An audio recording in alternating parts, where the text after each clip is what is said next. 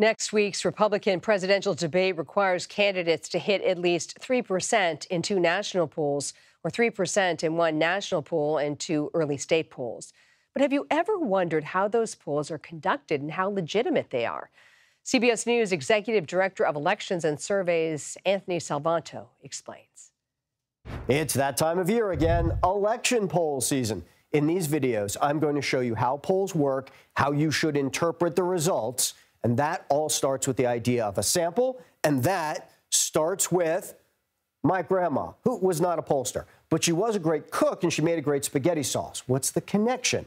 Sampling. You see, you didn't need to eat all of her sauce to know that it was good. Maybe you wanted to, but what you had in your bowl was a sample, and that specifically turns on the idea of representation. So the piece of garlic you got was like the other pieces of garlic you didn't get. The same with the meatballs, the tomatoes. Your bowl and the sauce in it was in microcosm like all of it. Now, before you get too hungry, a poll sample, like that bowl a little bit, recreates the country in microcosm so that the people you interview represent all the people like them.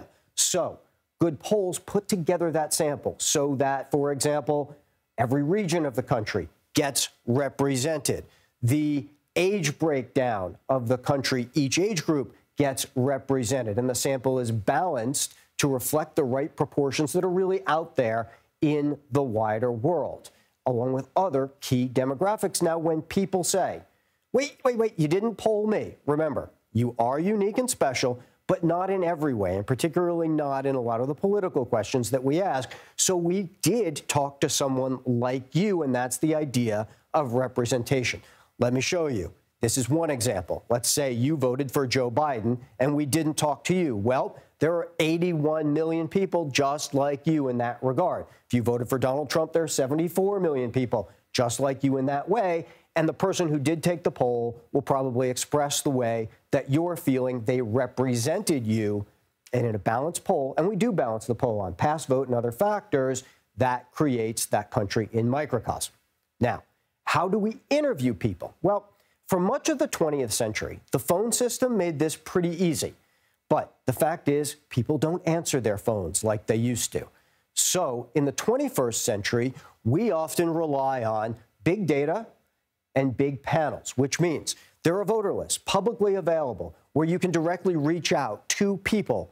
These are millions on there. They can be recruited to take surveys, seen if they're likely to vote, seen if they've voted in the past, and your sample can be validated against those voter lists. There are massive panels of people willing to take surveys, and the pollster can select, it's important the pollster do the selecting here, can select a representative sample from the panel. They take it privately on an app or a website or an email. Computing power then lets us match the nation on all their characteristics. Now, how powerful is a sample? How close can we get to the actual value that's out there? Well, that comes down to margin of error. Let me show you. Here's an example of a poll we did last fall in Georgia, and we reported, okay, 51-49 for Warnock over Walker. Now, a sample means you're going to get within a range of the population. It means you're not going to get too far away from what's really there. You should think about these numbers as that range.